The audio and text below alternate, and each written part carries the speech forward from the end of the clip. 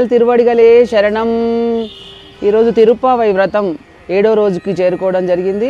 మరి ఈరోజు పాశ్ర విన్నపం. కీషు కీషెన్రెంగుం మానైశ్చాత్తన్ కళందు పేషిన పేశ్చరవం కేట్టిలయో పేయ్ పెన్నే కాశుం పిరప్పుం కలగలప్పక్కై పేర్తో భాషనరుం కులలాయిశ్చియర్ మత్తినాలోషై పడుత్తతైరరవం కేట్టిలయో నాయక పెన్విల్లాయ్ నారాయణన్మూర్తి కేశవనై పాడவும் நீ கேட்டே கிடத்தியோ தேசமுடையாய் తిరవేలోరెంబావాయ్. మరి మనం చెప్పుకున్నట్టుగా ఒక్కొక్క గోపికను లేపుతూ గోదమ్మ వారు మరి కృష్ణుడిని చేరడానికి వెళ్దామని చెప్పే విధంగానే నిన్న 1వ గోపికను ఈరోజు 2వ గోపికను లేపుతూ ఉంటుంది. మరి ఆ గోపికని భారద్వాజ పక్షులు సూర్యుడు ఉదయించగానే మరి కీచుకీచుమని మాట్లాడుకుంటూ మరి వాటి ఆహారం కోసం ఎటు పక్షులు అటు ఆడపక్షులు మగ పక్షులు వెళ్ళిపోతూ ఉన్నాయి. మరి ఆ కిచకిచ రావాలు వినబడట్లేదా, లేవమ్మా అని లేపుతూ ఉంది. అదేవిధంగా నందవనంలో ఉన్నటువంటి మహిళలందరూ కూడా మరి పొద్దున్నే లేచి పెరుగుని చల్లజిలకడానికి చేస్తున్నటువంటి శబ్దాలు వినిపించట్లేదా, మరి ఆ గాజుల చప్పుళ్ళు, మెడలో ఉన్నటువంటి మంగళసూత్ర చప్పుళ్ళు ఇవన్నీ కూడా వినిపించట్లేదా, అమ్మ లే అని లేపుతూ ఉంటుంది. మరి అదేవిధంగా కేశి అసుర రూపంలో వచ్చినటువంటి గుర్రం ఏదైతే ఉంటుందో దాన్ని శ్రీకృష్ణుడు చెండాడి దాన్ని చంపినటువంటి సందర్భంగా ఈ పాశ్రంలో గోదమ్మ వారు చెప్తా ఉన్నారు. అందుకే కేశి అని మరి కేశవాని ఆ కృష్ణ పరమాత్మకి కేశవ అనే నామం కూడా దాని ద్వారా వచ్చిందని మనం ఈ సందర్భంగా ఇక్కడ తెలుసుకుంటా ఉన్నాం. కాబట్టి మరి ఏది చెప్పినా కూడా అమ్మవారు గోదమ్మ వారు కృష్ణుణ్ణి ఆ పరమాత్మని చేరడానికే మరి ప్రతి పాశ్రంలో కూడా చెప్పడం జరుగుతూ ఉంది. లేవమ్మా లేచి మనం కూడా కీచుమని కృష్ణుడితో మరి ఆ ప్రేమను పంచుకుందామని ఆ 2వ గోపికను లేపడం జరుగుతూ ఉంది. మరి ఈరోజు మేమందరం కూడా మరి మా భూపాల్పల్లి మంజూర్ నగర్ మరి గోపికలమందరం కూడా లేచి ఈ సేవాకాలం పూర్తి చేసుకున్నాం.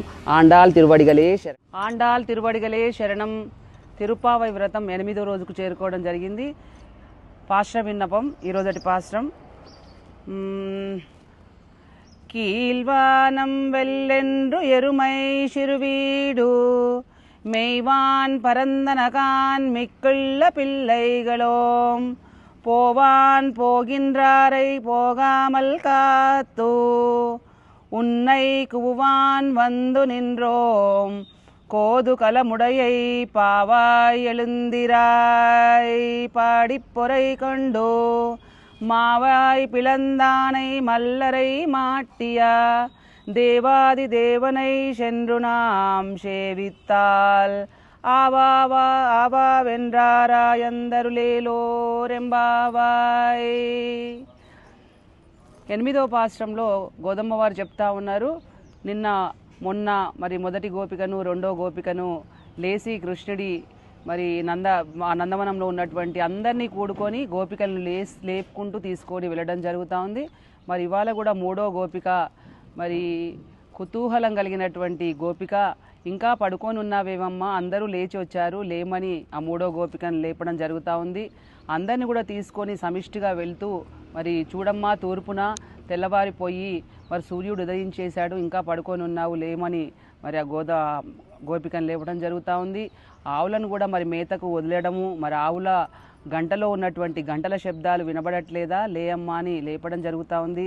మరి నిన్నటి పాశ్రంలో కేశి అనే అసుర రూపంలో వచ్చినటువంటి మరి ఆ గుర్రాన్ని సంహరించినటువంటి వాడు కృష్ణ పరమాత్మ. మరి అదేవిధంగా చానూర ముష్టికాసులని వధించినటువంటి ఆ భగవంతుడి దగ్గరికి మనం వెళ్దామని అందరినీ చెప్తా ఉంది. కృష్ణ పరమాత్మ వచ్చే కంటే ముందే మనం అందరం కూడా పోయి అక్కడ ఉందామని చెప్పడం. నిన్న అన్నావు కదా మరి ఈ రాత్రే వెళ్ళి కృష్ణుని దర్శించుకుందామని ఇంతసేపు పడుకున్నామని లేపడం జరుగుతూ ఉంది. సో అందరినీ లేపి కూడుకొని మరి అందరినీ గోదమ్మ వారు తీసుకొని వెళ్ళడం.